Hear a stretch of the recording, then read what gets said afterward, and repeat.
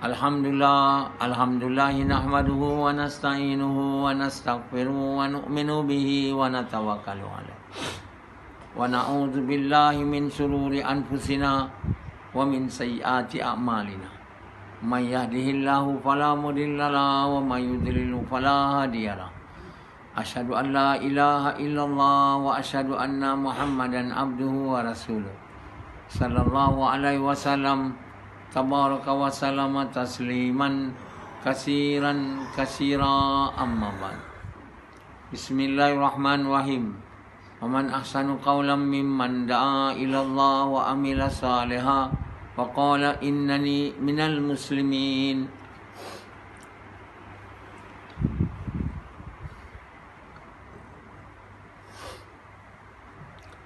Tuan-tuan, bapa-bapa sekalian, tidak ada yang tahu apa yang benar melainkan Allah.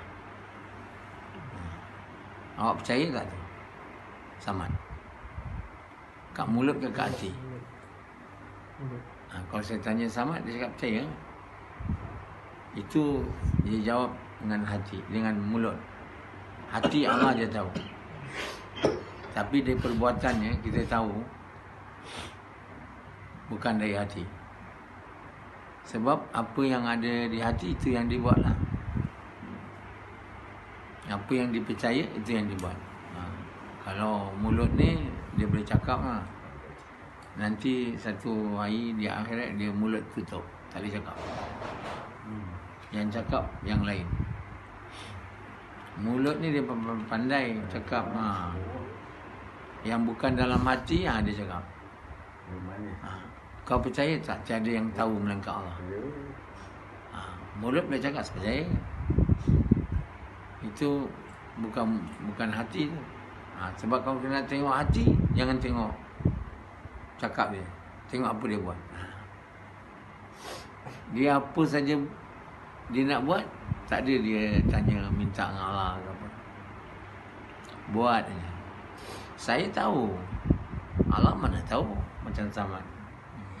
Saya yang boleh tanya Allah pun dia tak tanya saya. Dia buat ikut suka dia. Maknanya dia tak percaya tiada yang tahu melainkan Allah.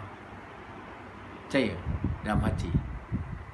Kat mulut Sufyan memang pandai. Sufyan lagi, kalau menipu orang guna mulut lah. Orang dalam mahkamah semua guna mulut. Pandai cakap. Tapi sebenarnya dia yang buat. Dia tak cakap, dia buat.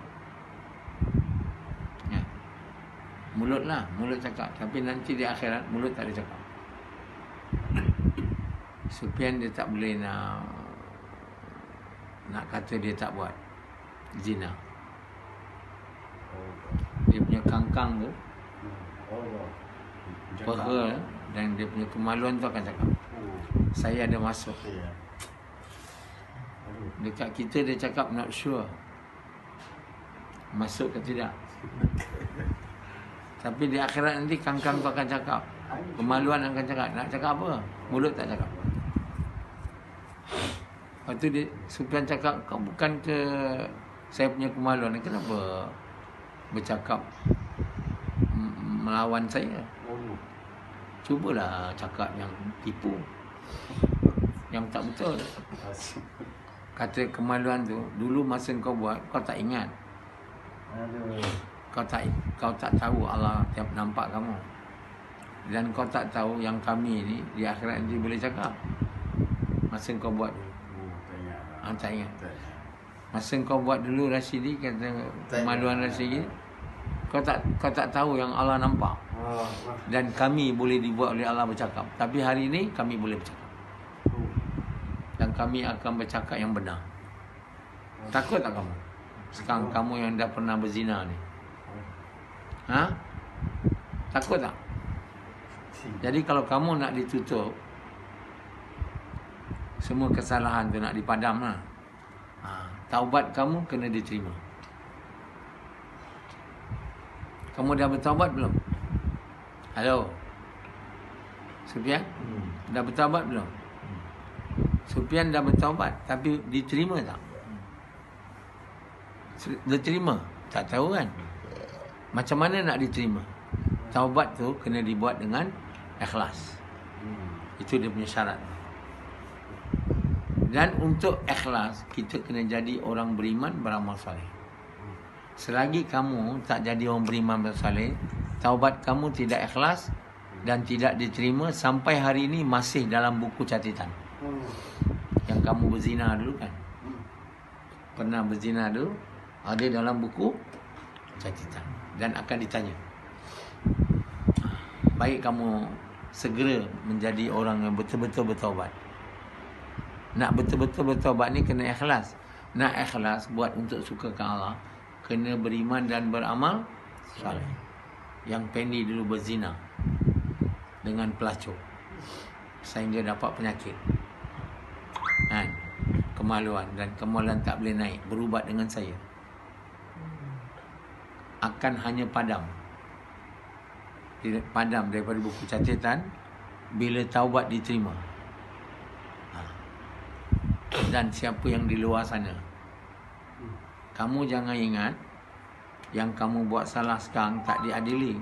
Sebesar zarah pun buruk diadili, tahu? Bukan sebesar gunung punya. Jadi kalau mau keburukan tu semua padam, taubat kena diterima. Untuk taubat diterima, kena dibuat dengan ikhlas. Untuk buat amal dengan ikhlas, kena jadi orang beriman, beramal saleh. Sahabat-sahabat dulu, dia orang buat buruk sebelum Islam, banyak buat buruk. Minum arak, kan? Zina tu biasalah. Tapi semua padam setelah mereka jadi beriman, beramal saleh. Itulah. Kita ingat hari ni bertaubat aja padam. Tak ada. Padam hanya bila taubat diterima. Dan taubat diterima bila ikhlas. Ikhlas bila iman sampai tahap yang Allah mahu, Allah bagi ikhlas. Jadi mereka yang pernah dulu buat dosa, buat zina, minum arak, tipu orang, semua tu dalam buku catatan. Mulut ni tak boleh cakap bohong ni. Mulut ni tak cakap pun, tutup. Yang lain cakap. Tak takut ke? Jadi kalau kamu dalam dunia ni tak mau jadi orang beriman, beramal saleh, jangan kamu harap dosa-dosa dulu yang kamu buat dipadamkan. Tahu? Mesti mau sungguh-sungguh. Rashidi tak sungguh-sungguh buat usaha ni. Sampai hari ni belum beriman, beramal saleh. Maknanya tak sungguh lah. Kalau bersungguh takkan lama sangat nak jadi beriman, beramal saleh. Tak terjun dalam. Sufian tak jadi beriman saleh, tak sesungguh kan?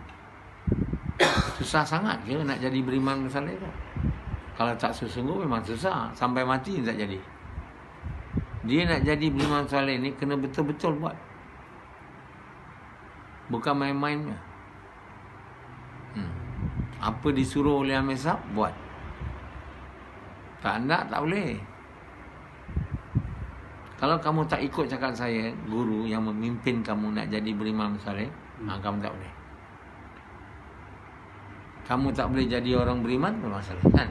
Sebab tak ikut dia punya supervisor.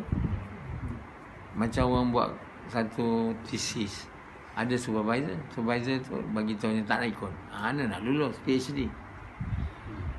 Begitu je belajar, guru tak mau ikut, tak boleh jadi. Macam itu jugalah kerja agama, kena ikutlah. Guru tu siapa? Ini tak ikut guru, semua tak nak. Belajar tapi sendiri punya. Aduh. Tak boleh lah.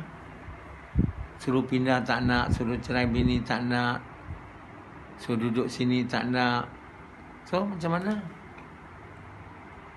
Jadi saya nak bagi amaran kamu. Kalau kamu tidak jadi orang beriman saleh, semua buruk-buruk kamu yang kamu telah buat dulu tak padam. Masa hari akhirat di mahsyar akan dibuka depan kamu. Semua ada. Semua yang kau buat dulu ada. Lepas tu Allah tanya kamu, kamu tak nak jawab. Bahagian badan semua jawab. Kemaluan kamu tu akan jawab menentang kamu. Ya, benar. Peha kamu tu akan kata, saya. Oh, mana kamu nak selamat? Apabila buruk kamu lebih daripada baik kamu, jawabnya neraka lah. Kamu jangan ingat neraka tu macam air sup, macam panas saja, tak. Api tu kan. Kalau nak tahu, dunia ni cuba terjun ke api. Unggunkan api besar, masuk dalam. Cubalah. Nak, Sufian? Berani? Tak berani? Macam itulah. Macam mana nak melawan daripada dicampak dengan api neraka? Api tu panas tu. Oi. Roasted dari luarnya. Lepas roasted, hidup balik. Roasted lagi, hidup balik. Aduh. Supaya kesusahan, kepedihan tu dirasa. Hanya kerana dalam dunia ni kita tinggalkan perintah, ikut nafsu, ikut kehendak sendiri. Dan kita ikut kehendak sendiri itu sebab yakin tak betul. Kita buat mengikut apa kita percaya, bukan apa kita tahu. Tahu memanglah. Tanya Samad, kau tahu ke Allah tahu? Samad mesti jawab Allah. Tapi perbuatan Samad tak mau tanya saya supaya saya tanya Allah tu, menunjukkan dia rasa dia tahulah. Jadi orang yang rasa dia tahu ni daripada Allah, memang tak ada nak minta ke Allah tunjuk dia jalan mana, tak ada. Bila dah terkena tangkapan Allah, dapat azab, baru mengalir mata. Allah, maaflah saya, ampunlah saya. Ni belum tangkapan ni. Kalau tengok tak berubah-ubah je dia ni, mau kasih sekali. Macam andalah Allah kasih dia. Kalau dia tak berhenti daripada perbuatan nak lari daripada kerja dakwah ni, maka Allah akan tangkap. Kali tangkap, maaf. Jadi kita suruh Allah tangkap kita. Kerana apa? Kita tak percaya dia melihat kita. Kau percaya tak Allah melihat kau? Ya, Zid. Di mulut. Saya bagi tahu. Sebab perbuatan dia lah. Kita ni, apa yang kita buat tu, itu yang dalam hati kita. Sebab itu Allah ni tak lihat apa kita cakap. Ini cakap semua banyak tipu. Semua orang pandai cakap macam Sufian dengan Samad Kling. Dia orang pasal cakap memang pandai. Tapi Allah tak tengok tu semua. Allah tengok apa kita buat dan hati kita. Allah lihat hati, apa kita percaya dan apa kita buat. Itu benda tally. Sebab itu banyak bercakap je tak buat. Allah kata, adakah kamu suruh orang lain buat baik, kamu tak buat? Celaka kamu. Allah bagi tahu orang yang pandai cakap dan tak buat ni, orang iman tak ada. Banyak orang pandai bercakap. Dengan pandai bercakap, dia banyak buat duit. Orang pun ingat dia orang baik. Tapi apa dia cakap, dia tak percaya. Akhirnya dia tak buat apa dia cakap. Sebab apa dia tak buat apa dia cakap? Penceramah tu tak buat apa dia cakap sebab dia tak percaya apa yang dia cakap tu. Jadi Allah tak sukalah orang penipu. Cakap kau main lagi. Macam dia orang baik. Orang pun ingat dia orang baik, tapi tak buat apa yang dia cakap. Suruh je. Allah masukkan orang tu dalam neraka tuan.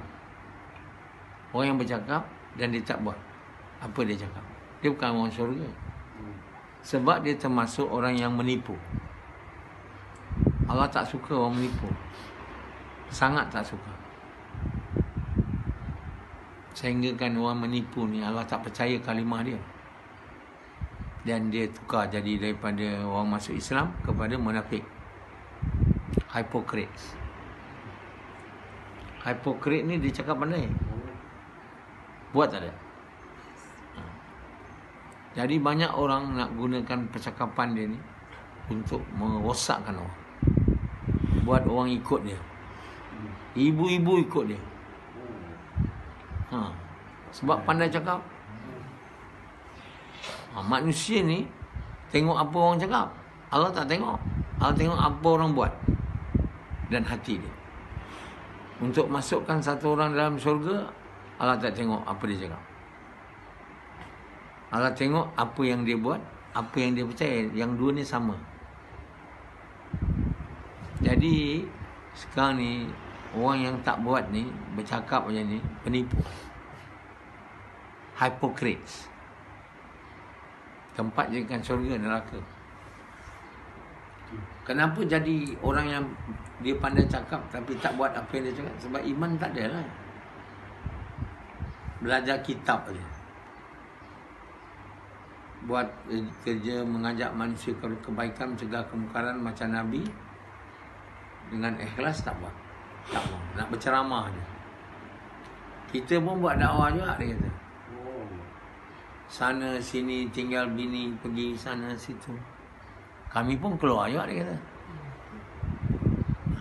Banyak ceramah sana, seluruh negara berceramah. Buat tak ada. Banyaklah duit.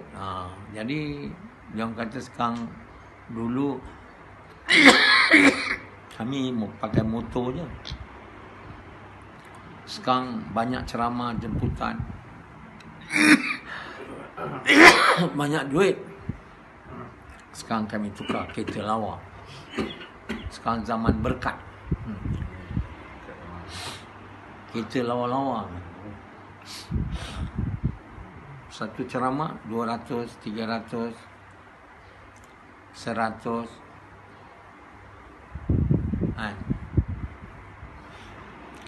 7 ceramah seminggu, 10 kali 3, 3,000. Banyak orang mau jadi PU, pencetus umat. Itu belajar bercakap lah. Jadi orang tak belajar iman, tak ada usaha nak kuatkan iman, belajar bercakap. Jadilah orang yang tak buat apa yang dia cakap. Kalau nak jadi orang yang tak buat apa dia cakap, janganlah belajar iman, belajar bercakap. Masuk PU tu, pencetus ummah apa? Hari ini banyak haluat dibuat oleh selebriti pendakwah dia. Dakwah yang kerja bagus, kerja Nabi, dah bertukar kat Malaysia, kerja selebriti. Dipanggil selebriti pendakwah. Lawa pula selebriti tu. Budak-budak perempuan suka bawa dia masuk rumah dia orang. Tentulah dia berzina dengan kau. Lepas tu pergi dakwa kat polis. Yang dia merogol dia. Polis pun tahu kau bawa dia ke rumah, tak ada apa pun dia, apa, tangan pun tak sakit apa semua, dan kau nak dapat duit dia, kau pun report polis. Tak tahulah nak bawa mahkamah ke tidak. Tapi malu tentu ada. Kenapa banyak selebriti pendakwah ni didakwa bab berhaluat? Makna dia tak ada iman dia orang tu. Belajar bercakap je. Dianggap siapa pandai cakap agama ni pencetus ummah. Bapak dia pencetus ummah. Bila saya cakap macam tu, dia orang marah, nanti dia orang sue saya. Cakap aja. Itulah pencetus ummah. Pencetus ummah apa? Pencetus ummah ni makna melalui usaha dia, ummah ni berubah. Hari ni dulu orang tak pakai tudung, sekarang ramai pakai tudung. Dulu mana ada macam ni kan? Penyanyi, cuba tengok filem 60-an, tak ada penyanyi pakai tudung, jauh sekali. Orang awam pun tak pakai, apa lagi penyanyi. Tapi hari ni penyanyi pakai tudung. Ada perubahan rupa lah. Itu yang dia ingat, dia orang PU tu. Dia ingat kerja PU lah.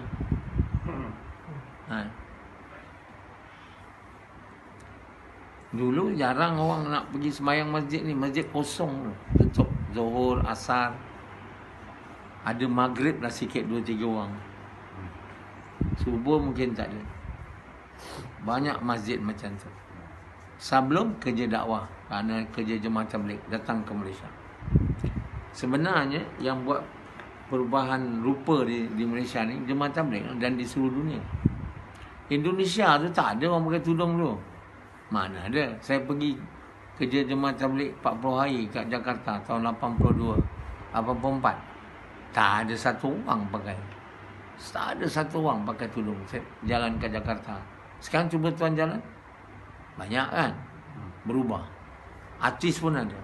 Itulah PU buat. Mana dia orang buat, dia orang lahir pun tidak.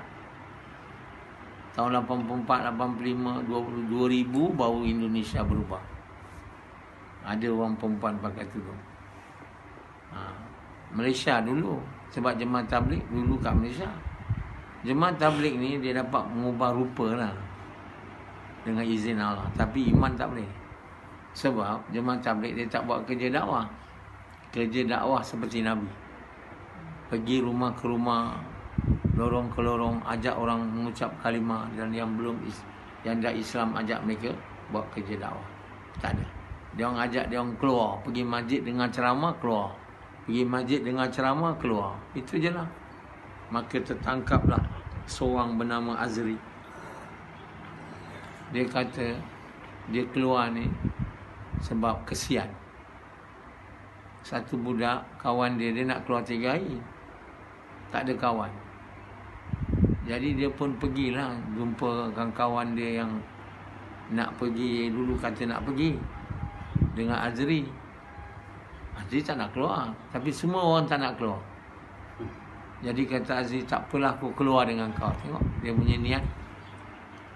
Bukannya untuk suka kau, kesian dekat kawan.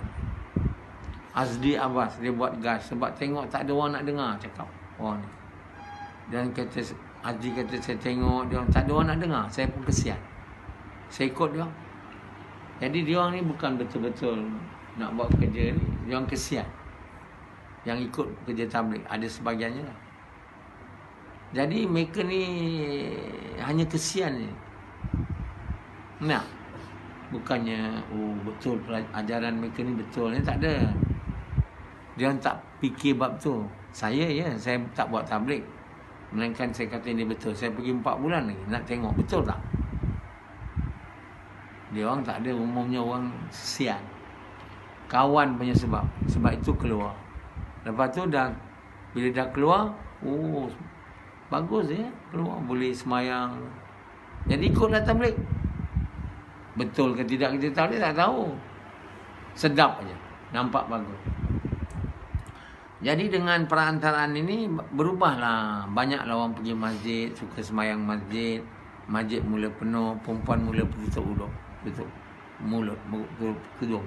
Sebab suami dah keluar tabligh bagi tahu bini, pakai tudung. Kalau tidak, kesian abang, menanggung dosa kamu.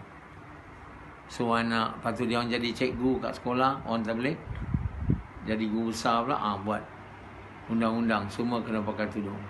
Cikgu-cikgu lah. Dulu cikgu-cikgu yang mengajar sekolah-sekolah yang banyak ikut tabligh ni, dia orang suruh semua budak-budak kena pakai tudung. Itulah jadinya keadaan berubah. Jadi orang tabligh kata ni memang kerja betul ni, dah betul lah. Ni nasuhah ni banyak cerita pula, kata tabligh sesat pula. Sebab saya bukan macam dia orang, saya mau tengok ini betul ke ni kerja Nabi. Dia orang bukan orang berfikirnya orang. Orang banyak kesian, nak semayang, baik sikit dah lah. Jadi sebenarnya bukan kerja PU. Dulu tak ada PU ni semua. Hari ni dia orang kata konon orang pandai bercakap macam orang tabligh, pencetus ummah. Mereka bukan pencetus ummah, pencetus halwat. Banyak berlaku halwat, banyak berlaku zina. Ada ke pula pencetus ummah jadi pencetus halwat dan zina? Ini satu perkara sangat memalukan. Saya ingat program pencetus ummah ni kena ditutup. Jangan cuba buat program yang Nabi tak buat. Kalau nak buat hal agama lah. Hal agama ni tak boleh ikut orang Amerika, American Idols. Kamu boleh buat Malaysian Idol, tapi kalau kamu nak buat konsep yang sama, mengelahirkan pencetus ummah, you are disaster. Semua pereka-pereka program ni dia nak buat duit.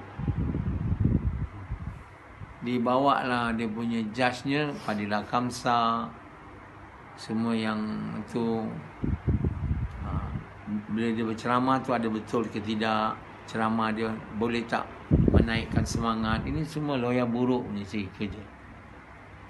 Kalau saya jadi Perdana Menteri ni, saya bilang ini tutup. Ini nak melahirkan pencetus ummah bukan cara ni, cara Nabi. Pergi belajar buat gash, buat dakwah dari rumah ke rumah, pintu ke pintu. Apa nak cakap, apa nak, itu bukannya berceramah dapat glamour. Lepas tu perempuan-perempuan semua suka yang lawa dan halwat. Hari ni tengok dengan mata kita sendiri. Mereka amalan tu bukan mencetus kebaikan, mencetus keburukan yang sangat besar. Berdosa jadi. Yang mereka program ni dan yang menyukainya. Tapi mereka tak tahu. Mereka kata bagus. Kalau dunia pun boleh buat, Islam pun buat juga. Macam-macam mereka hanya nak menambahkan radio, TV punya program. Bodoh. Ini Malaysian Idol semua ni nak buat apa macam orang Amerika tu. Idol tu apa tahu tak? Bahalanya. American Idol, American punya bahala. Malaysian Idol nak jadikan orang tu bahala. Mana di admire sebagai idol. Dia admire sebagai Tuhan, sebagai berhala. Jadi jangan kita ikut-ikut aja, tak tentu pasal ni. Inilah balanya mengikut babi buta. Orang Amerika tu tak boleh diikut babi buta. Yang babi buta kita ni ikut Muhammad SAW. Lain pada Muhammad tak boleh. Setengah orang ikut manusia yang bukan Nabi. Babi buta. Kerana ikut babi buta, orang yang bukan Nabi, jadi sesatlah banyak agama baru di dunia ni. Kerana perangai ikut bukan Nabi, babi buta.